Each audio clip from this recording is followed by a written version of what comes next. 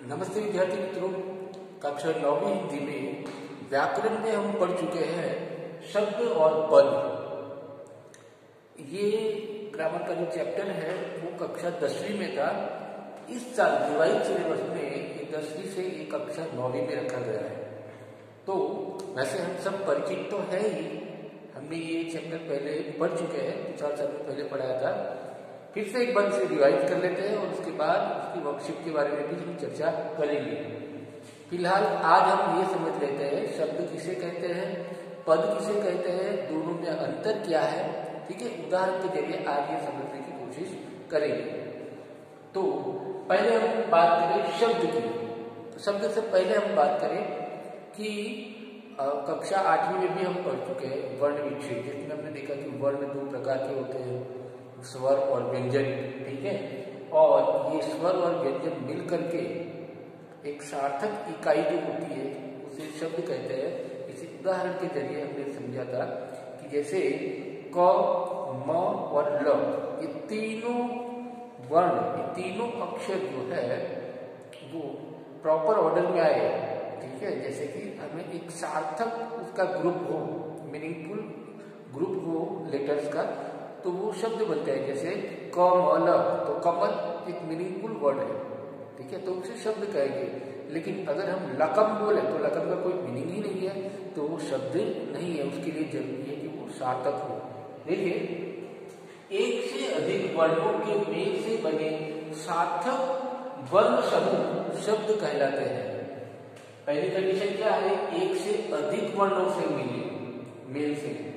ठीक है, और दूसरा क्या है? सार्थक वर्ण समूह, यानी मीनिंगफुल ग्रुप ऑफ लेटर्स, वही शब्द कहलाता है। जैसे सोहन, खीर, मीरा, खेलता, शतरंज इत्यादि, ये सब एक से अधिक वर्ण है। दूसरा कि उसका जो ग्रुप है, ग्रुप ऑफ लेटर्स, ये कैसा है? मीनिंगफुल ऑर्डर में है, तो ये शब्द है।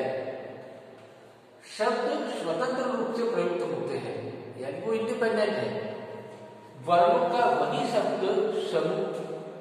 समूह शब्द कहलाता है जिसका प्रयोग स्वतंत्र रूप से होता है, किसी वाक्य में नहीं प्रयोग हुआ है, अलग ही उसका प्रयोग हुआ है, तो वो शब्द है। आगे देखिए,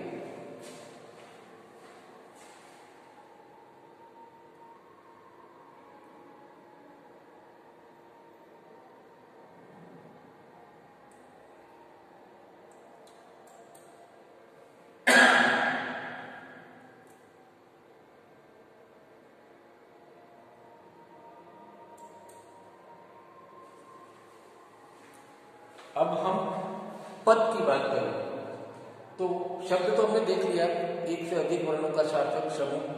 तो जब सार्थक वर्ण समूह अर्थात अर्थपूर्ण शब्द का प्रयोग वाक्य में किया जाता है तो उस शब्द को हम पद कहते हैं। अब यह केवल शब्द नहीं रह जाता, बल्कि यह शब्द वाक्य में लिंग, वचन, सर्वनाम, क्रिया, विशेषण इत्यादि दर्शाता है। जैसे हम ये बात करें कि राम, ये एक अलग शब्द है, किसी का नाम है राम। ठीक है, तो वो शब्द है जो वाक्य में नहीं है। लेकिन अगर व्याकरण के नियम अनुसार, व्याकरण के नियम ये है कि जो उसमें कर्ता होता है, संज्ञा उसको पहले आता है, तो व्याकरण के नियम के अनुसार वो राम शब्द अगर वाक्य में प्रयोग हुआ है तो वो पद बन जाता है। तो जैसे राम खा रहा है, उदाहरण देखें,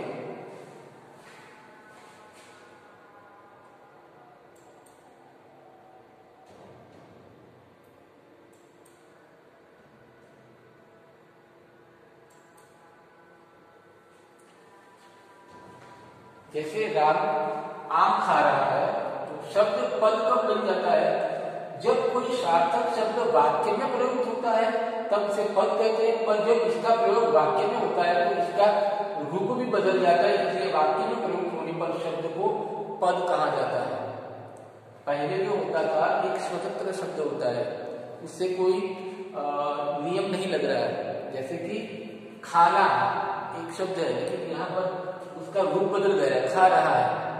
तो इस तरह से शब्द जब वाक्य के अनुरूप उसमें थोड़ा चेंजेस आता है इसलिए वो पद है, वो शब्द अब नहीं है।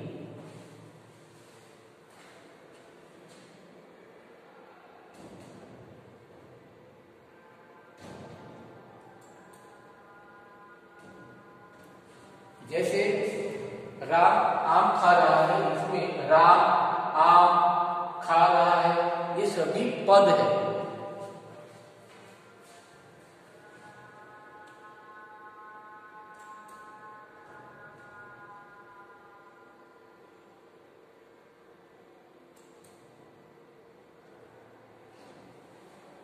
देख लीजिए शब्द और पद में क्या अंतर है। तो शब्द क्या है? शब्द वर्गों की स्वतंत्र एवं सार्थिक इकाई है, इकाई मीन्स यूनिट है। और पद वाक्य में प्रयुक्त शब्द है। वो पद जो है वाक्य में यूज किया हुआ एक वर्ड है, तो ये स्वतंत्र नहीं है पद, वो वाक्य में एक दूसरे से जुड़े हुए हैं। दूसरा, शब्द का मात्र अर्थ परिचय होता है, जबकि पद का व्याकरणिक परिचय होता है। शब्द जो होता है उसमें मान लीजिए एक शब्द है पेड़, तो उसका ये अर्थ होता है वो पेड़ की, जो हम देखते हैं ऐसे पेड़ पौधे वाला जो है वो पेड़ होता है। लेकिन यहाँ पद का यहाँ व्याकरणिक परिचय होता है कि व्याकरण के नियम के अनुसार या तो वो कर्ता भी है या क्रिया है या विशेषण है, कुछ भी हो सकता है, तो उसका व्याकरणिक परिचय होता है।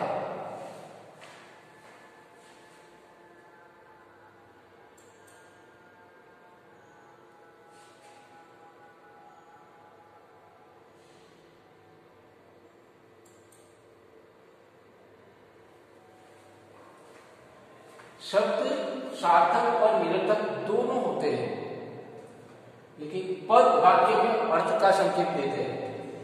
यहाँ शब्द जो है वो मीनिंगफुल होते हैं या मीनिंगफुल नहीं भी होते, पर पद जो है उसमें अर्थ का संकेत होता है। शब्द का लिंग, वचन, कारक तथा क्रिया से कोई संबंध नहीं होता है। शब्द होते हैं इसका कोई लिंग वचन कुछ भी नहीं होता, बस उससे कोई रिलेशन नहीं होता किसी का।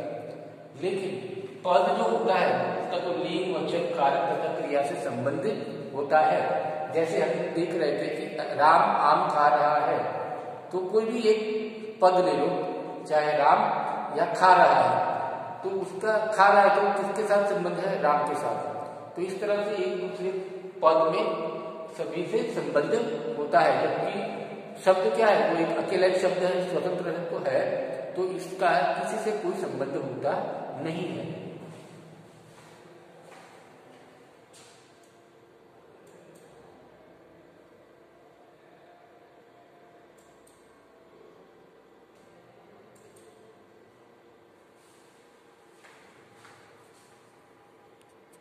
अब हम देखें कि शब्द जो होते हैं उसके भेद कितने होते हैं।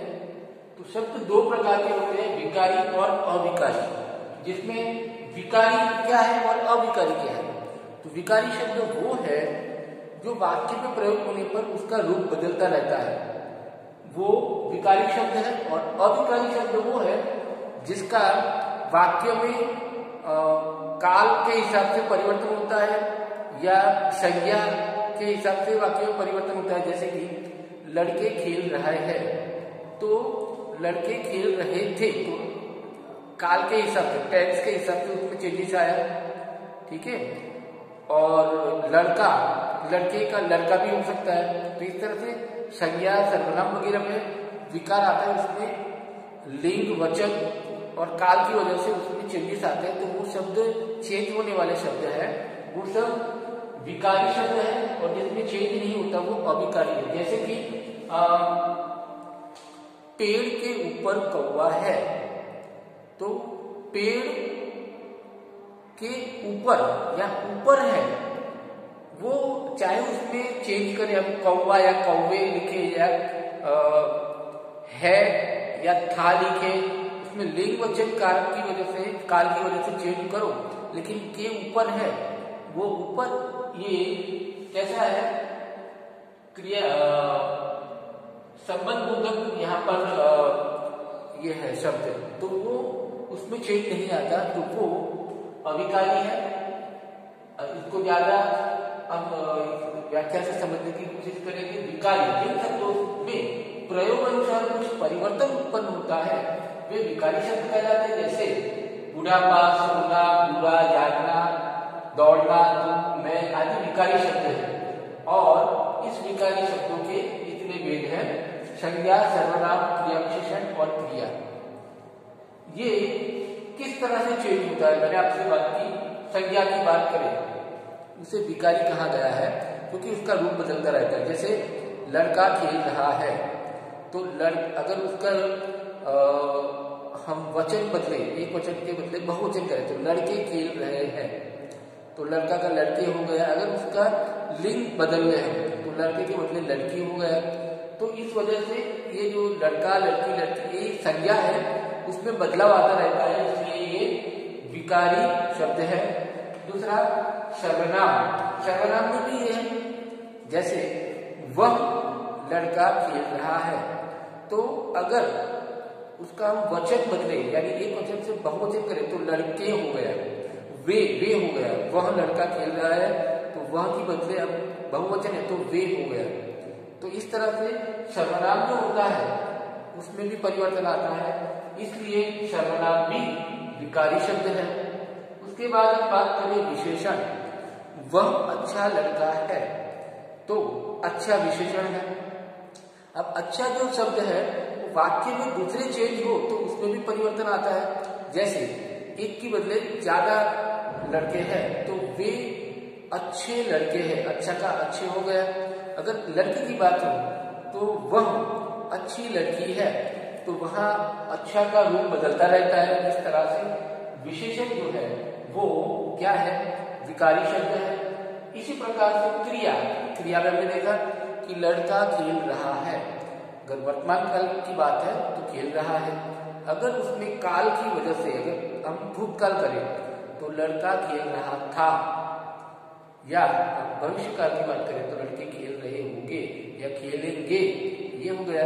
तो उसमें क्रिया के शब्द जो होते हैं, क्रिया बताने वाले, ये शब्द भी व्याकरण के नियम के हिसाब से अगर दूसरे को चेंजेस हो, कौन सा चेंजेस हो?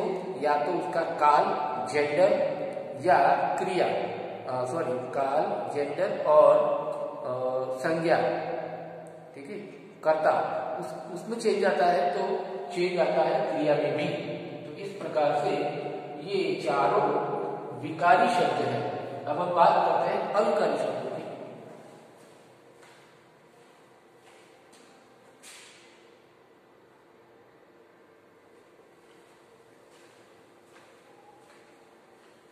अविकारी जो शब्द प्रयोग अनुसार परिवर्तित नहीं होते वे शब्द अविकारी शब्द कहलाते हैं। जैसे धीरे धीरे, तथा, अथवा, किंतु, और, वाह, अच्छा, ये सभी अविकारी शब्द हैं। इनके भी मुख्य रूप से चार भेद हैं। क्रिया विशेषण, जैसे कि ये शब्द है धीरे धीरे, धीरे धीरे क्या है? क्रिया की विशेषता बताने वाला शब्द है। तो हम ये कहें कि लड़के धीरे धीरे खेल रहे थे, ठीक है। अब वाक्य में काल के हिसाब से अगर चेंज करें, खेल रहे थे कि बदले खेल रहे हैं, तो वह बच्चे धीरे धीरे खेल रहे हैं, ठीक है। तो भी धीरे धीरे शब्द में चेंजेस नहीं आता। लड़का के बदले लड़कियां, लड़के, वो कर्ता में चेंज आता है, संज्ञा में चेंज आता है, क्रिया में आता है। लेकिन जो धीरे धीरे यहाँ क्रिया विशेषण है उसमें कोई परिवर्तन आता नहीं है, इसलिए इसे अविकारी शब्द कहा गया है। इसी प्रकार समुच्चय बोधक, ये तथा, अथवा, और है, ये समुच्चय बोधक यानी कि दो शब्दों को जोड़ने वाले हैं। जैसे हम बात करें कि सीता और गीता अच्छे मित्र हैं, ठीक है। अब हम ये बात करें सीता और गीता के बदले कोई और भी शब्द संज्ञा के स्थान पर बदले तो मित्र थे, ठीक है। सीता और गीता अच्छे मित्र थे, या नहीं है, या होंगे, तो भी तथा अथवा जो शब्द होता है उसमें चेंज नहीं आता, इसलिए वो अविकारी शब्द है। संबंध बोधक, जैसे राम का भाई लक्ष्मण है, तो राम का भाई लक्ष्मण था या राम का भाई लक्ष्मण होगा, तो का जो शब्द है उसमें चाहे वाक्य में चेंजेस आए, लेकिन वो का जो है जो संबंध दिखाने वाला शब्द है उसमें परिवर्तन नहीं आता, इसलिए वो अभिकारी शब्द है। लास्ट है विस्मयादिबोधक। विस्मयादिबोधक वो शब्द है, देखिए वाह अच्छा, अरे वह मर गया, अरे तो ये वह मर जाएगा, अरे वे मर जाएंगे। तो इस तरह से वाक्य में प्रयोग के हिसाब से सभी में चेंज आता है, लेकिन जो वाह अच्छा अरे ऐसे विस्मय दिखाने वाले जो शब्द है उसमें परिवर्तन नहीं आता। तो इसलिए ये विस्मयादिबोधक जो शब्द है वो भी अभिकारी शब्द है। आज हमने बात की शब्द और पद के बारे में, और अब नेक्स्ट हम इसकी वर्कशीट पर चर्चा करेंगे। धन्यवाद।